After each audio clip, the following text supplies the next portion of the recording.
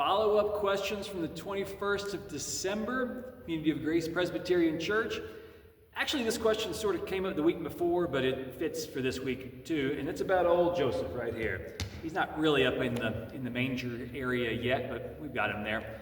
Question was, what about his name? We've talked about Jesus' name and Mary's name and some others. So what about the name of Joseph?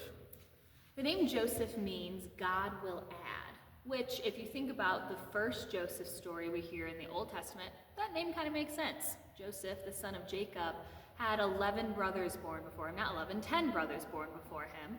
And so having God will add another child to the family makes sense in that story. When we're talking about this Joseph, though, sometimes a name is just a name. Joseph, like we see in the Old Testament, is not an uncommon name throughout the Bible, throughout the Jewish people. And so Joseph being named God will add probably didn't mean that much to him and his family. It was just a name that was common in those days. Joseph was common for a long time before the New Testament and continued to be a common name for a while after the New Testament. It's an important point to see that it's just a regular name in their culture, as opposed to Mary, which was just kind of an obscure name, and then it became super popular around that same time.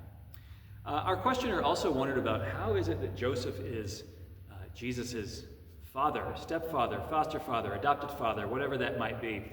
The Hebrews just didn't have different words for that. The Greeks didn't have different words for that. Father just sort of meant all the things wrapped up together and stuck in there. The Bible does show Jesus' genealogy through Joseph, and so whatever you might believe about how Jesus showed up, there's still something unique about that, since Mary is the mother that the church has celebrated for so often.